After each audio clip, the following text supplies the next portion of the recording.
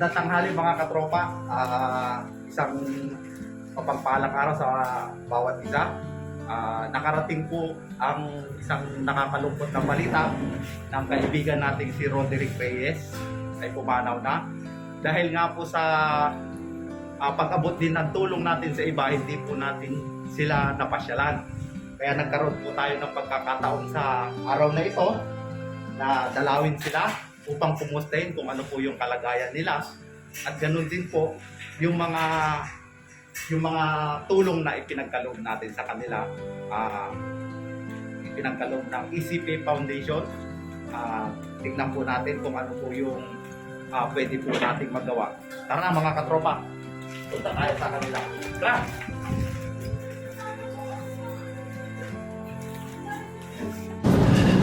Babalikan po natin si Roderick Andorra Reyes para ihatid ang kanyang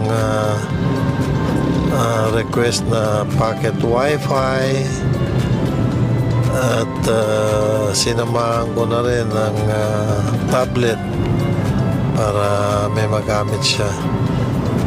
Standby mga katropa. Mga katropa, dito na tayo kila Roderick Andorra Reyes dito sa Barangay Baliwag, Magallanes, Cavite. Baba tayo mga katropa.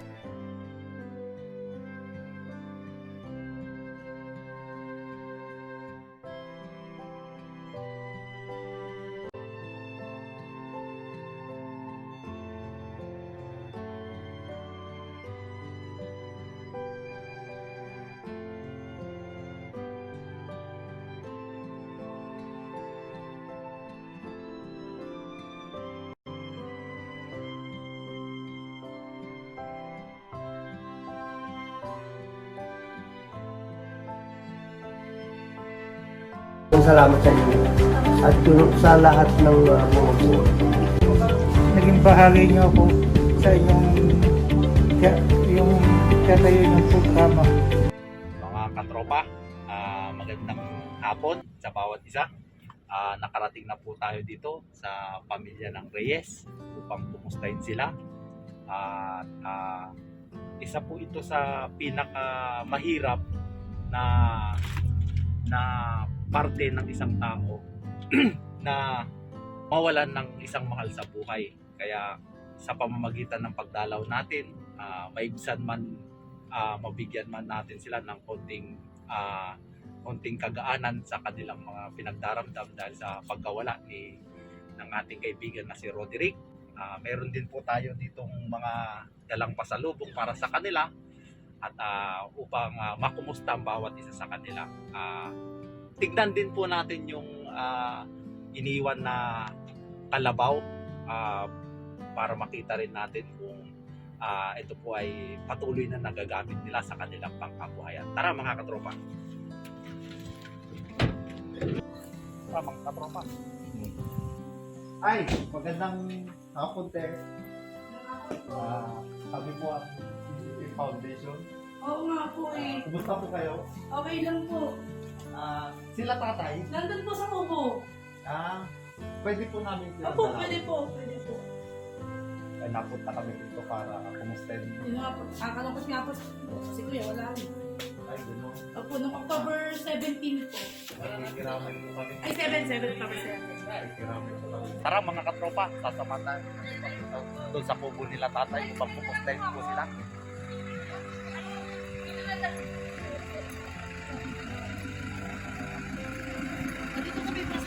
Mga katropa, dito sa lugar na ito, puro natural.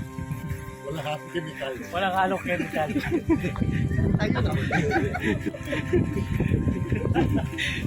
Sila mga katropa nakatira sila sa nanay at saka si tatay.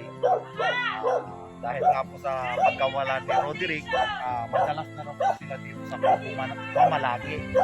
Kasi nga po, nandito rin yung mga inaalagaan nilang hayop. Ay, maganda nga po sa tayo.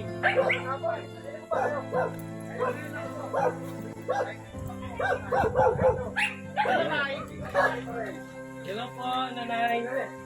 Ganda man naman ng bahay. Nanay. Pasok po. Saan kayo kumain? Ay, wala na yun ako alalaman ko. Ako kami kumain doon. Saan kayo kumain? Sa bahay ko. Sabay. Ay. Tama to yung sinedi. Wala ka kayo kami sa bag. Sa kanya? Nasa ba diesel? Hindi mo namin. Baka kasi kako hindi makapalit eh.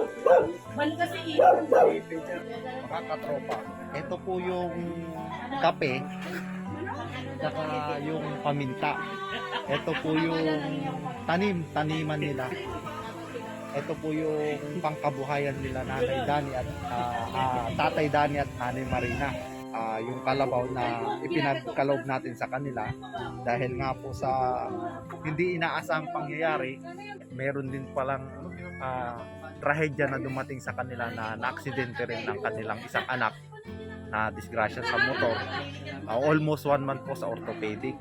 Kaya doon nga po hindi na po sila nagdalawang isip na yung kalabaw ay ipagbili para maitustos sa pagpapagamot sa kanilang mga anak.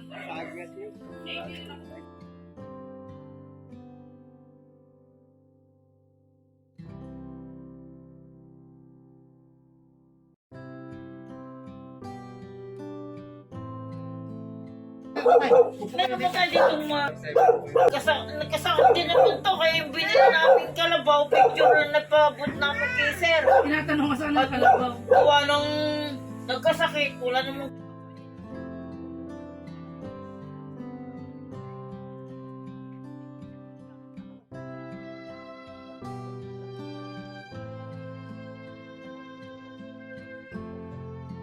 Tropa, pupunta nga pala kami sa bahay ni nanay. Iahapin na namin yung kanilang bigay natin. Pamaskong grocery ni nanay. Tara mga katropa.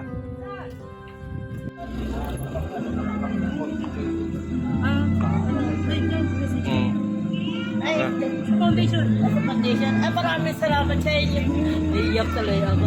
Sa mga tinulong nyo ni sir. At saka, kayo lahat. Ito, Foundation. Thank you po. Thank you po. Pasyal po kayo ulit. Diba? Bye pa. Kunin kayo dito. Salamat po sa inyo. Diba? Bye pa. Bye-bye. Ingat.